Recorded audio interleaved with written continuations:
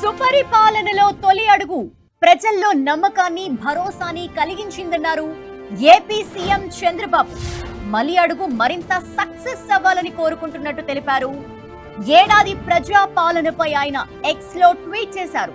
ప్రజల ఆకాంక్షల్ని తీర్చడం కోసం శక్తి వంచన లేకుండా ప్రతిరోజు పని చేస్తున్నామన్నారు.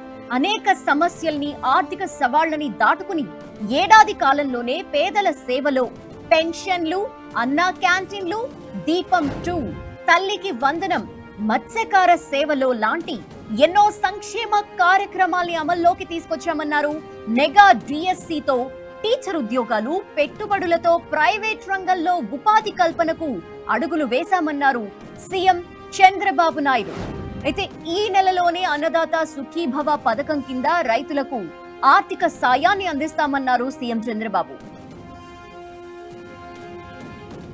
ఇరిగేషన్ ప్రాజెక్టు పనులకు అత్యంత ప్రాధాన్యత ఇస్తున్నామన్నారు. రాజధాని నిర్మాణం, పోలవరం పనుల్ని మళ్లీ గాడిన పెట్టామన్నారు. రైల్వే జోన్ సాధించామని, స్టీల్ ప్లాన్ ని పరిరక్షించామన్నారు. ఏడాది పాలనని విజయవంతంగా సక్సెస్ చేయడానికి సహకరించిన, పనిచేసిన ప్రతి ఒక్కరికి ధన్యవాదాలు తెలుపుతున్నానని చంద్రబాబు ట్వీట్ చేశారు.